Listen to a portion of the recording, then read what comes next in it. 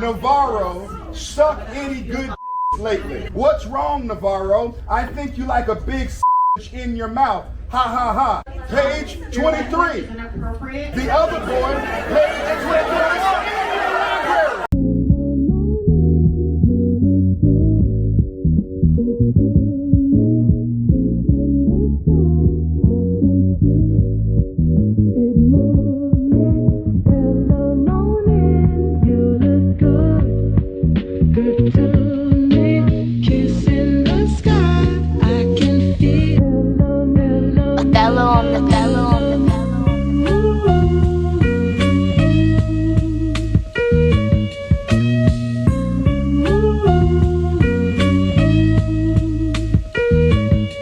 Ladies and gentlemen, and ladies, my name is Mr. Boscom, and you are tuned into the right frequency here on Boscom Radio. Make sure that you like, comment, subscribe, hit the bell so that you are notified every time I drop a video. And if this video blesses you, make sure that you share it to be a blessing to someone else. So ladies and gentlemen, we have a father here that was fed up with the type of books that they have in schools, inappropriate books for little children to read.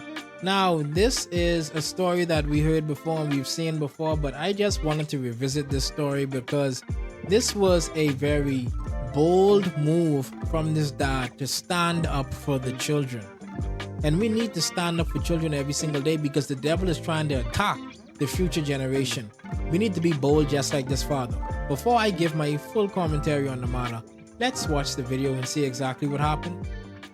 Hello, Navarro suck any good lately? What's wrong, Navarro? I think you like a big in your mouth. Ha ha ha. Page 23. The other boy, page 23.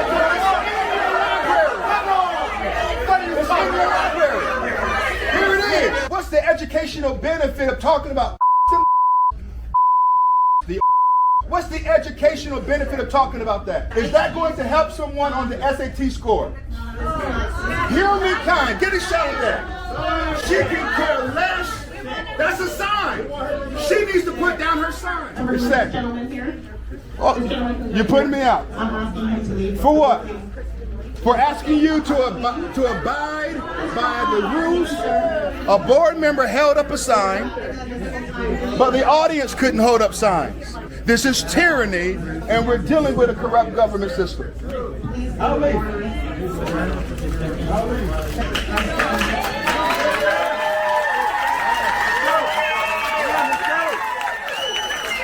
Pastor John Amanchukwu joins us now. Pastor, thank you very much for being here. They don't want you there, but we love to have you here.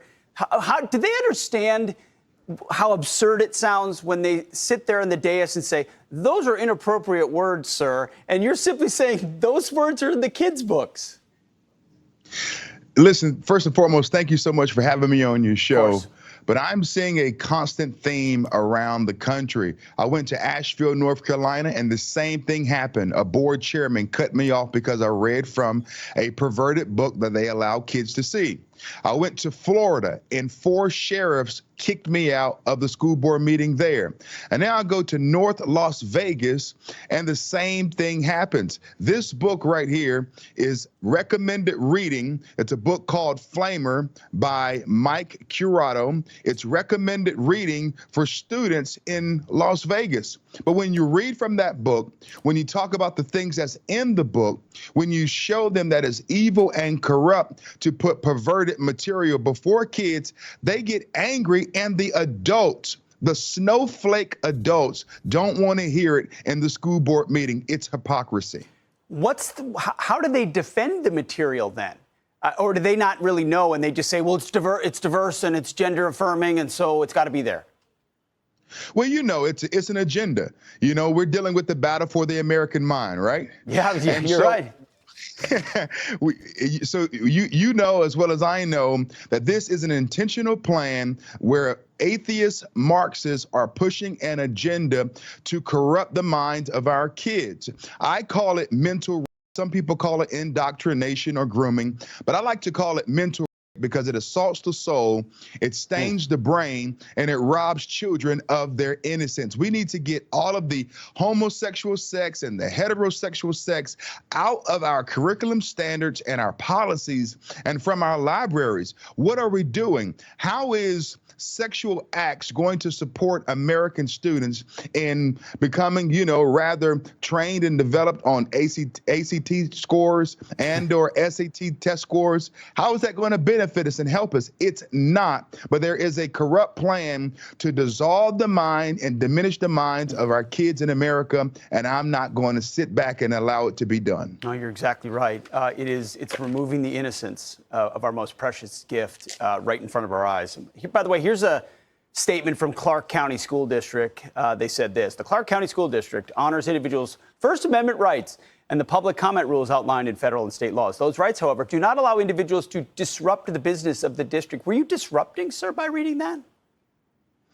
Yes, I was disrupting their narrative to push mental rape upon kids. And you know what I'm noticing as well?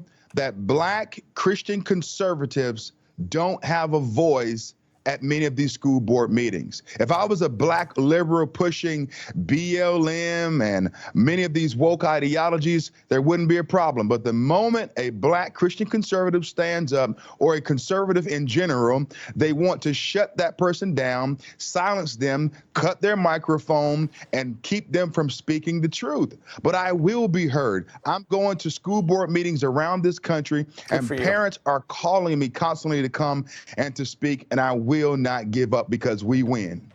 We do. Pastor, thank you for everything that you do and the message you shared with us today. Pastor John Amanchukwu, God bless you. God bless you. Thank you. Thank you. Ladies and gentlemen, I gotta commend this pastor for his boldness and him standing up, wanting to protect these children and protect the kids that are growing up. Ladies and gentlemen, I gotta commend this pastor for his boldness, to get up, to speak up, to lift up his voice like a trumpet, and to stand in those school board meetings and be that bold, to put right back in their face the foolishness that they put inside of these children's classes. See, what you need to understand is, the enemy is very sneaky. He's very tricky. He doesn't have to come blowing a trumpet. He doesn't have to come showing himself, but he just wants to slip right in and to do his dirt. Now, a book is a silent thing. If it was a show, a lot of people would have seen it. If it was a song, a lot of people would have heard it. But because it was a book, they just slid it right there. And they just left it right there for some unsuspected child to pick up, be completely contaminated by the foolishness that's inside the book. And then this child begins struggling with things that adults struggle with at such a young and tender age. Ladies and gentlemen, we have to protect children from foolishness like this, because this is something that is happening all around the world. Now, the Bible says in Matthew 18:1-7, it says, at that time the disciples came to Jesus and asked, who is the greatest in the kingdom of heaven? He called the little child to him and placed that child among them. And he said, truly I tell you, unless you change and become like little children, you will never enter the kingdom of heaven. Therefore, whoever takes the lowly position of this child is the greatest in the kingdom of heaven. And whoever welcomes one such child in my name welcomes me. If anyone causes one of these little ones, those who believe in me, to stumble, it would be better for them to have a large millstone hung around their neck and to be drowned in the depths of the sea. Woe to the world because of the things that cause people to stumble. Such things must come, but woe to the person through whom they come. Ladies and gentlemen, you can't be messing with the children of God. These little ones that God has been calling to do great and mighty things for him. Don't be trying to set traps like this for them to be ensnared, because some little child, a little girl, can pick it up, read that stuff, become sexually interested at such a young age, and turn into a preteen or a teen mother, not being ready to be a mother. But because they were exposed to this foolishness, they now dabble in things that they're not supposed to be taking part in until later in their life. And the same thing with a little boy. He can become a young father. They can contract diseases that can stick with them for their entire life. Children should not be indulgent in stuff like this. Little children need to focus on their grades. They need to go outside and play, build friendships, and focus on their future. This stuff is for later in life when you are mature and you are grown and you are making your own decisions. I commend this pastor for going to various board meetings and pushing the book right back in their face, blowing the whistle and raising awareness for the foolishness that has been happening. Ladies and gentlemen, we got to stand up and we have to protect our kids. The Bible tells us to train up our children in the way they should go, and when they are old, they will not depart from it. Take initiative. Find out the music your children are listening. Find out what they're watching, what books they're reading. Meet every single one of their teachers and be active in your child's life.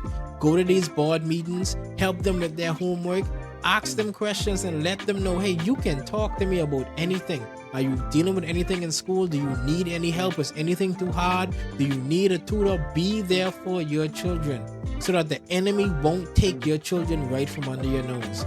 Shout out to this pastor. I hope more parents blow the whistle on all type of other foolishness that's being going on. And I pray that God's will continuously be done. May God bless this man and everyone that's watching. So, ladies and gentlemen, and ladies, my name is Mr. Bascom, and you are tuned into the right frequency here on Bascom Radio. Make sure that you like, comment, subscribe, hit the bell so that you are notified every time I drop a video. And if this video blesses you, make sure that you share it to be a blessing to someone else.